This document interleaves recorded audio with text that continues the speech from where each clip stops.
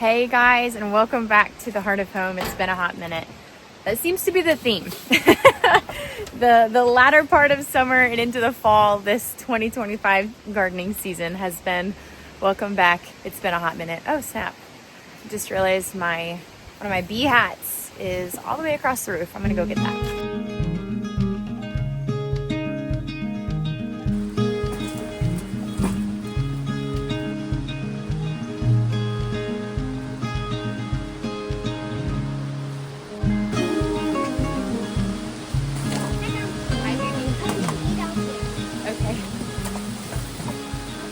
So yeah, if you can't tell, it's incredibly windy today, which makes it way cooler than it actually is. I think the temperature is in the low to mid 40s. It actually might be in the upper 40s now that we're kind of approaching the noon hour. But the wind makes it so much cooler, and I'm not a fan of it. And I'm really hoping that it holds off for quite a while longer so that my garden can continue to thrive. But I actually have been gone. I haven't been in the garden for probably a week, and it's showing because I have a lot of work to do. But I don't have time today. I have to run our son to preschool here in a little bit. But I wanted to get out here and film this for you guys, especially before all this rain sets in.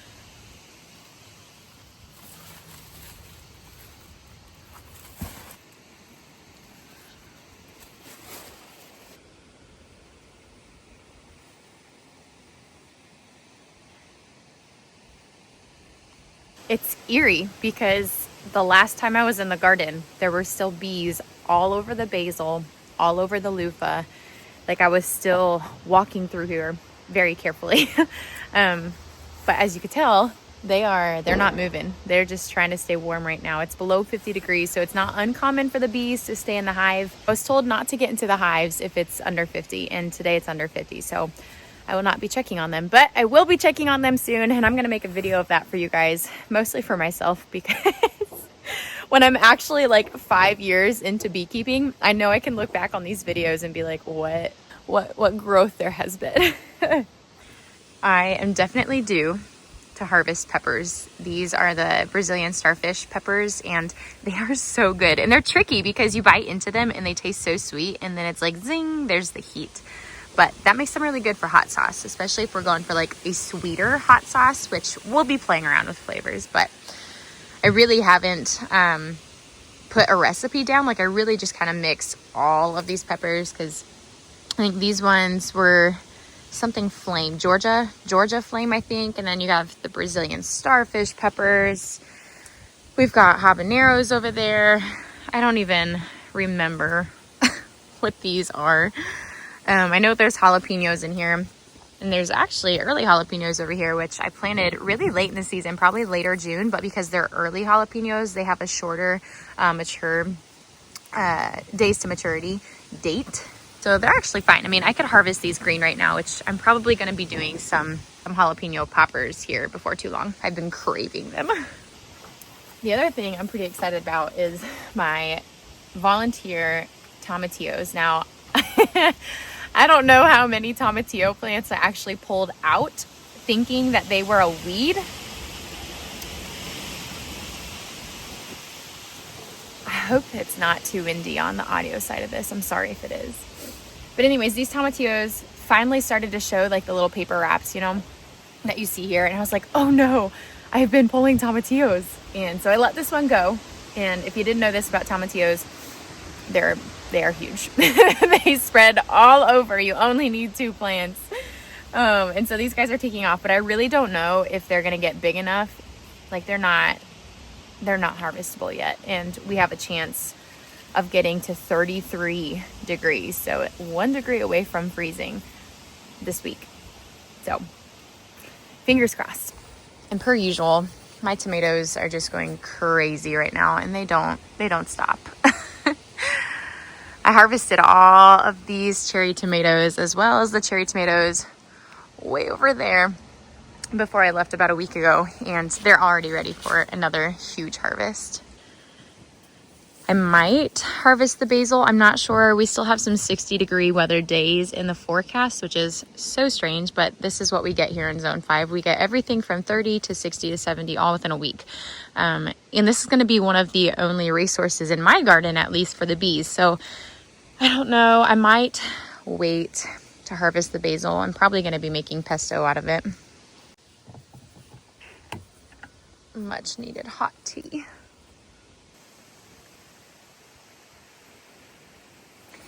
There's parts of this garden that I know I've showed you guys before, but they're just so beautiful to me. Look, there's more tomatillos actually over there.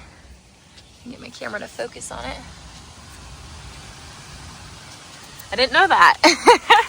And loofah plants, these loofah gourds are everywhere. Now, I don't know, they're so long.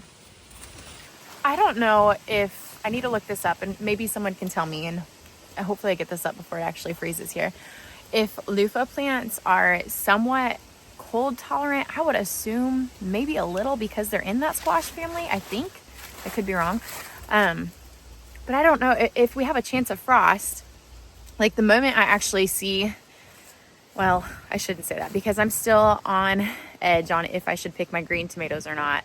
You know, this week when we have that chance of it getting down to 33 degrees, because you can pick green tomatoes and stick them in a cardboard box inside where it's cool and dark, and they will change over to red. That's exactly what I had to do last year with my Jersey Devil tomatoes, because they take a long time to actually ripen.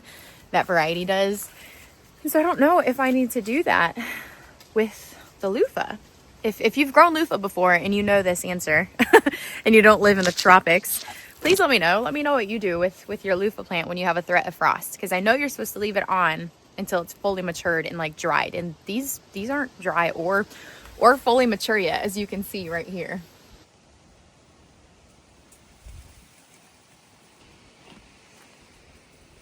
I definitely wasn't happy with my tomato harvest this year. I'm getting stuck in a tree. I said in a tree, it's actually a tomato plant hanging out of our bush, but I'm not happy with our tomato harvest this year. It took so long for them to actually turn red, and then they didn't take off quite as quickly. Now, granted, part of that is my fault because I plant them so close together. Because when you sow your seeds in the garden, it looks like, oh, I have so much room, and then they mature and all of a sudden you're out of room and they're struggling. But I did prune a ton of these back, and I did take a lot of the starts out that I had originally put in, because I always put more in for good measure, just in case, you know, a plant dies off or a bug gets it or a dog snaps it off, like that happened. But in general, at least here in zone 5 in eastern Iowa, people are talking about how their tomatoes were just green for so long. Like ours reddened 4 weeks after what they did last year. And so just a weird year. And now it's warmer than usual in October, so that's good. But I'm still disappointed. So that's a bummer. But on the other hand, there are other things that turned out great in this garden this year, like these pumpkins that are everywhere. I've never grown pumpkins before. The vine just started dying back, and I think it was probably just from the mildew that was on it. What is that called? I'm having such a brain fart. I'm gonna put it right here. This is what got all over the pumpkins, all over the jester melons. And that's fine because most of them are ready. I mean, they still have some streaks of green, but I'm assuming that I'm just leaving them on the vine to pull off any amount of nutrients that it can before the vine is like dead. And then I'll go ahead and just harvest them as they are. Never done this before. I have only gotten pumpkins from a pumpkin patch. I gotta let the wind go by. And then last fall, my friends Josh and Jordan over at Working Aussie's Homestead, they gave me a pumpkin. But it was an heirloom from that region, I believe. So, oh, looky here. Do you guys remember this? Y'all, this is so crazy. Do you remember that it was an arugula plant that I had planted, but it tasted like spicy broccoli. It was literally in the bed right here, and I saved seeds, which I put up there. And they spread because now they're growing. It's growing out of the cracks. I mean, we've got dandelion too. Hi, baby. But we've got spicy broccoli arugula is what I've called it. That is so funny. This is actually the moonflower, as you can see right there. but that's what this is. Oh my gosh, and it's growing over here too. That's such a little blessing, because I was kind of throwing a fit earlier that I didn't sow more intentionally, like lettuce and greens and stuff, like spinach, stuff that's pretty cool weather hardy, sooner. And now I have that growing out of the ground, so that's pretty cool.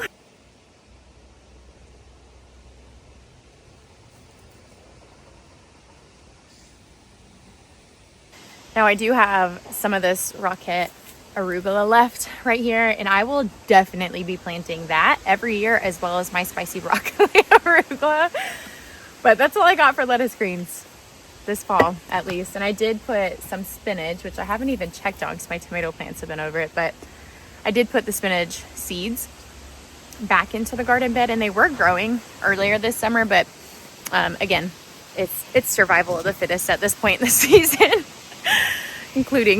including those who live in the house. We're just trying to survive at this point. We're finishing up our home renovations, and we are preparing for next week.